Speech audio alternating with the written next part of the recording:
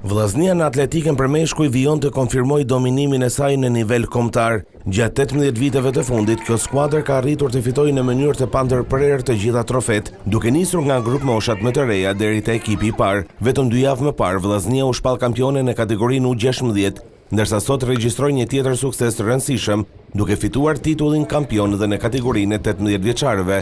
Ky aktivitet u zhvillua në stadiumin Loro Boriçi në Shkodër, ku mblodhi rreth 150 sportistë, përfaqësues të 10 ekipeve pjesëmarrëse. Skuadra kuqeblu arriti një sukses të dyfisht në renditjen ekipore me 87 pikë vendin e parë, ndërsa çmimi i sportistit më të mirë ju akordua atletit Arion Alibali. Duke qenë përkatësisht vendet e para, pothuajse në çdo disiplinë, sidomos në gorat e sprintit dhe të kërcimeve.